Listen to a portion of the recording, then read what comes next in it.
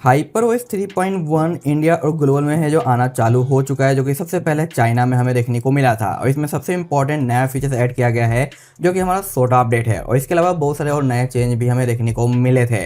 But यहाँ पे मन में डाउट जरूर रहता है कि जब भी कुछ नया अपडेट आना होता है, सबसे ज़्यादा है जो फीचर्स प्रोवाइड किए जाते हैं चाइना के अंदर, उसके बाद ग्लोबल और इंडिया में दिया जाता है। तो क्या इस बार भी सेम चीज़ें करी गई है या फिर जो चाइना और ग्लोबल में सिमिलर फीचर्स आपको देखने को मिलता है? इसलिए इस डाउट को दूर करने के लिए मैं आज का ये वीडियो है जो शूट कर रहा हूँ, ताकि आपको पता चल सके कि चाइना का जो HyperOS 3.1 है और जो इंडिया ग्लोबल का HyperOS 3.1 है, इन दोनों में किस तरीके से आपको फीचर्स देखने को मिलते हैं, दोनों में कितनी सिमिलैरिटी है और कितने फीचर्स यहाँ पे कट आउट किए गए हैं, वो पूरा प्रॉपर इन्फॉर्मेशन आज की इस वीडियो में आपको जो मिल जाएगा। बस जरूरत है आपको इस वीडियो को पूरा लास्ट तक वॉच करने की, और इन्फॉर्मेटिव लगता है तो प्लीज़ लाइक कर देना और चैनल पर नए हैं तो सब्सक्राइब, ताकि इस तरह का इंटरेस्टिंग अपडेट मैं आपको प्रोवाइड कर सकूँ। तो चलिए आज की वीडियो को शुरू करते हैं।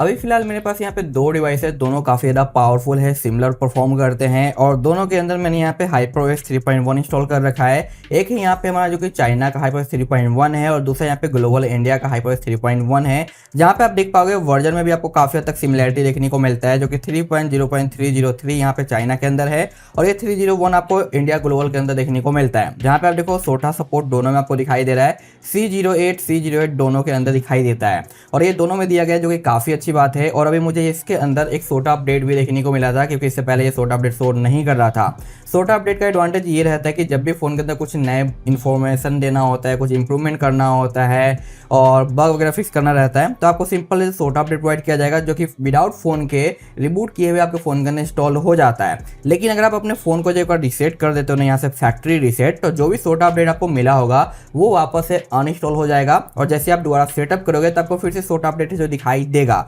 ये सेम चीज़ मुझे यहाँ पे जो देखने को मिला है मेरे इस पोको के F7 के साथ, जो कि मैं आपको यहाँ पे जो दिखा देता हूँ।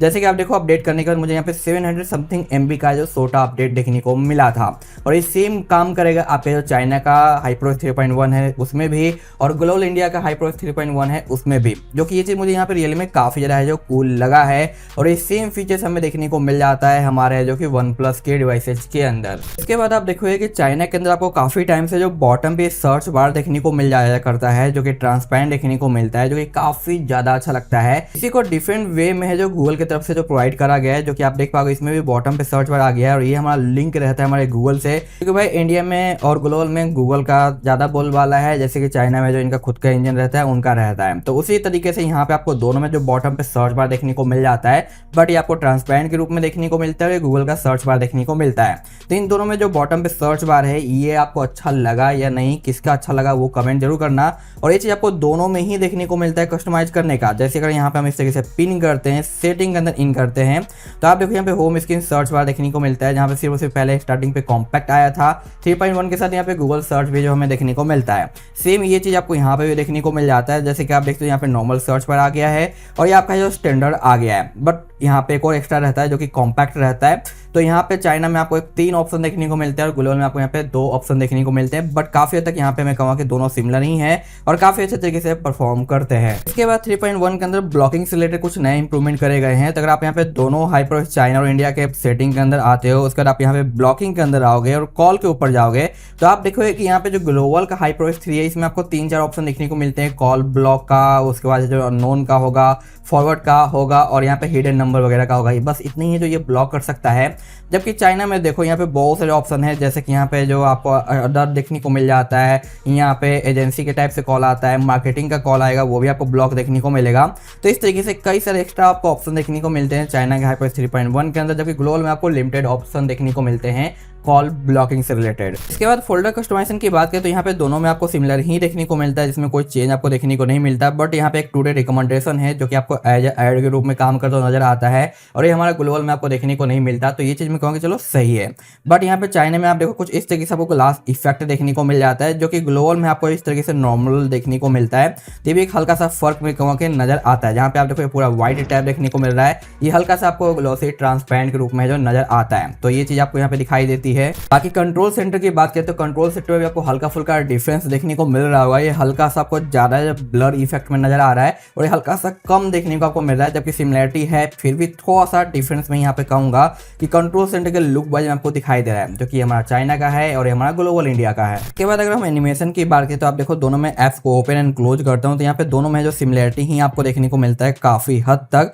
बस फर्क ये है कि आपको है जो यहाँ पे चाइना के अंदर अगर सिस्टम लॉन्चर यानी रेडमी और Xiaomi का फोन है तो एप्स ओपनिंग एंड क्लोजिंग पे आपको बैकग्राउंड हल्का सा ब्लर देखने को मिलता है, जो कि इंडिया में भी है, बस पोको के अंदर जो देखने को नहीं मिलता। तो दूसरा डिवाइस जो है वो मेरा पोको का है, जहाँ पे बैकग्राउंड ब्लर आपको नजर नहीं आता। बाकी दोनों के अंदर आपको स्टैक ऑप्शन देखने को मिलते हैं और ये आपको सिमिलर परफॉर्म करते हुए नजर आते हैं, जैसे कि आपको यहाँ पे चाइना में देखने को मिलता है और बाकी ग्लोबल में देखने को मिलता है। जैसे कि आप यहाँ पे देख पा रहे हो साइड बाई साइड आपको एनिमेशन सिमिलर ही नजर आ रहे हैं। बाकी वहीं पे जो हम यहाँ पे एप्स लॉक के एनिमेशन की बात करें तो यहाँ पे आपको सिमिलरिटी देखने को मिल जाता है, जो कि यहाँ पे मैं कहूँ सिमिलर है और सर्च बार में भी इस पर इंप्रूवमेंट किया गया है और वो चीज़ आपको यहाँ पे भी नजर आता है। जैसे कि आप देखो मैं यहाँ पे दोनों में सर्च करूंगा तो दोनों का जो सर्च रिजल्ट है, जो शो करने का एनिमेशन है, वो आपको यहाँ पे सिमिलर ही देखने को मिलता है। तो यहाँ पे भी आपको चीज़ें दिखाई देती है। तो यहाँ पे हम कह सकते हैं कि काफ़ी हद तक बहुत सारी चीज़ें जो यहाँ पे चाइना में जो दिया गया था सेम उसी तरीके से यहाँ पे भी है जो प्रोवाइड किया जा रहा है। वापस से आते हैं सेटिंग के अंदर तो यहाँ पे जो आपका मी अकाउंट टॉप पे रहता है चाइना के अंदर, जबकि हमारा जो ग्लोबल इंडिया में बॉटम पे रहता है। एक्सेसिबिलिटी इस बार 3.1 के अंदर बाहर निकाल दिया गया, जो कि पहले एडिशनल के सेटिंग के अंदर होता था। सेम यहाँ पे आपको एक्सेसिबिलिटी बाहर देखने को मिलता है। दोनों के अंदर आपको एक यहाँ पे क्लियरिटी मोड आपको देखने को मिल जाता है, जो कि इस बार मैंने आपको बताया था थोड़ा सा और बेटर हो चुका है पहले के कंपैरिजन में, जहाँ पे आप टेक्स्ट वगैरह और इंप्रूव कर सकते हो। यहाँ पे सिर्फ वॉल्यूम बूस्ट का ऑप्शन देखने को मिलता है, जबकि यहाँ पे आपको कॉल ब्लॉक का भी एक्स्ट्रा ऑप्शन देखने को मिलता है, जो कि इस बार 3.1 के अपडेट के साथ प्रोवाइड किया गया है, और रिंगिंग वगैरह का। तो ये बॉटम का ये जो एक्स्ट्रा टैब है ना, ये इस बार जो नया दिया गया है, जबकि यहाँ पे आपको जो देखने को नहीं मिलता है। बाकी और भी चीजें यहाँ पे सिमिलरिटी आपको दिखाई देती है। बाकी अगर हम यहाँ पे फिंगरप्रिंट वगैरह की बात करें तो इस बार दोनों में जो आपको सिमिलर देखने को मिल जाते हैं ऑप्शन, जैसा कि मैंने आपको यहाँ पे बताया था कि इस बार जो 6 डिजिट पिन पासवर्ड है जो हमें देखने को मिल जाता है, जो कि यहाँ पे आप जो देख पा रहे हो दोनों में आपको जो सेम देखने को मिल रहा है, चाहे वो चाइना का हो या फिर ग्लोबल का हो। और यहाँ पे आप देखो अगर पिन पासवर्ड को आप चेंज करना चाहते हैं तो इसमें भी आपको जो चेंजिंग दिखाई देता है, जो कि 4 डिजिट कस्टम पासवर्ड पैटर्न। तो इसमें जो कोई भी कमी नहीं करेगी, दोनों में आपको ये सिमिलरिटी है जो नजर आ जाता है, लुक वाइज भी और फीचर्स वाइज भी। यहाँ पे बात करें पर्सनलाइजेशन का तो फिंगरप्रिंट के ऊपर आपको देखने को मिलता है पर्सनलाइजेशन, जो कि ग्लोबल इंडिया में है, और जबकि यहाँ पे आपको जो टॉप पे देखने को मिलता है Xiaomi AI के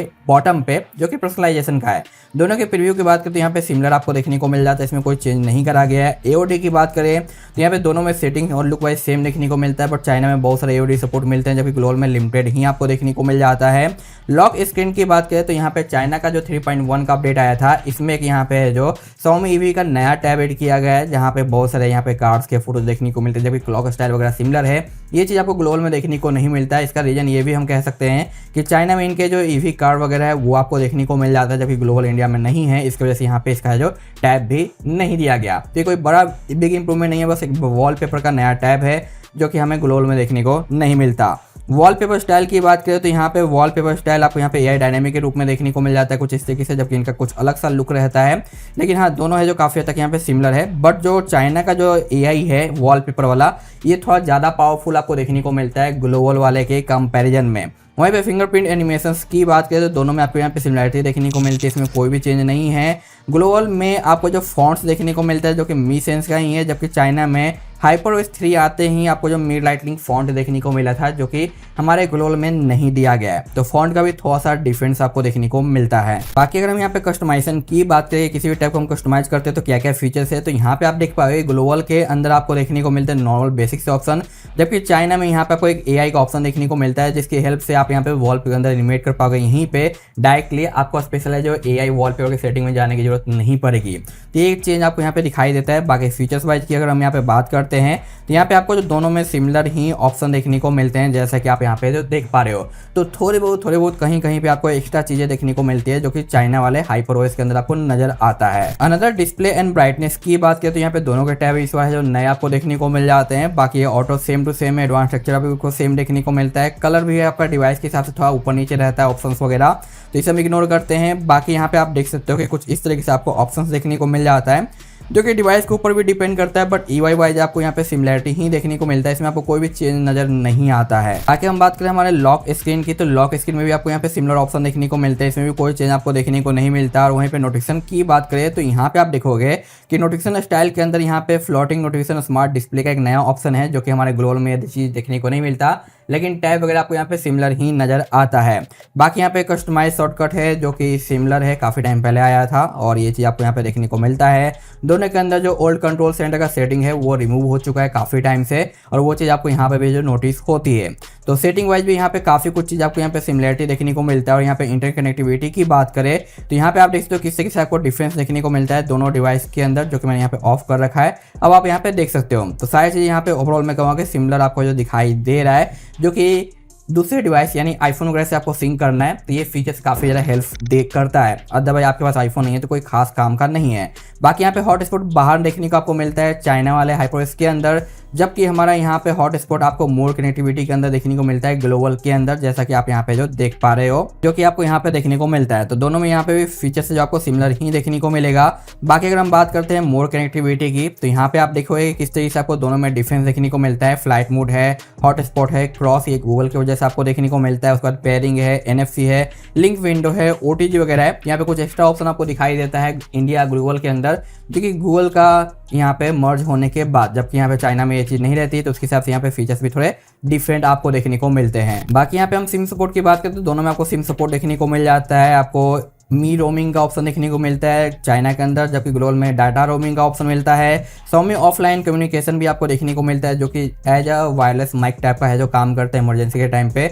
जबकि आपके पास अगर नेटवर्क वगैरह नहीं है और 2 Xiaomi के डिवाइसेज है तो आप कनेक्ट कर सकते हो, जो कि काफ़ी ज़्यादा अच्छा फीचर्स है, जो कि इमरजेंसी के टाइम में काम आ सकता है। तो यहाँ पे आपने सेटिंग वाइज देखा कि काफ़ी कुछ चीज़ें आपको सिमिलर देखने को मिलता है, बस हल्का फुल्का का यहाँ पे आपको चेंज नजर आता है। वहीं पे सिक्योरिटी की बात करें तो सिक्योरिटी प्रीव्यू आपको यहाँ पे सिमिलर दिखाई दे रहा है, बस हल्का यहाँ पे आप देखते हो लुक किस तरीके से आपको जो चाइना के अंदर देखने को मिल रहा है, जबकि ग्लोबल के अंदर आपको यहाँ पे हल्का सा डिफरेंट सा लुक देखने को मिलता है। बाकी वहीं पे फीचर्स की बात करते हैं तो यहाँ पे थोड़े एक्स्ट्रा फीचर्स आपको चाइना वाले के अंदर नजर आ जाते हैं, जैसे कि विजेट क्लीनर, क्यूक्यू क्लीनर वगैरह और फैमिली गार्ड वगैरह, जो कि ये चीज़ आपको देखने को नहीं मिलता। लेकिन हाँ, चाइना के अंदर जो प्राइवेसी से रिलेटेड है बहुत सारे इंटरेस्टिंग से आपको फीचर्स देखने को मिल जाते हैं, जो कि हमारे जो ग्लोबल के अंदर वैसा देखने को नहीं मिलता। जैसे कि हम यहाँ पे आते हैं प्राइवेसी सिक्योरिटी के अंदर, तो यहाँ पे बहुत सारा टैब दिया गया है, जो कि ये मैं कहूँगा एक बड़ा सा एडवांस ह्यूज फीचर्स है, जो कि ग्लोबल के अंदर आज तक नहीं मिला है और मे भी नहीं मिलेगा, क्योंकि यहाँ पे सिक्योरिटी के नाम पे आपको गूगल से रिलेटेड सारी सिक्योरिटी जो दी जाती है, तो इसी से रिलेटेड आपको यहाँ पे ऑप्शंस देखने को मिलते हैं कुछ इस तरीके से। जबकि यहाँ पे आपको जो फोन ब्लॉकिंग वगैरह देखने को मिल जाता है, वर्चुअल आईडी का ऑप्शन आपको मिल जाता है, हाइड एप्स तो मिलता ही है दोनों में,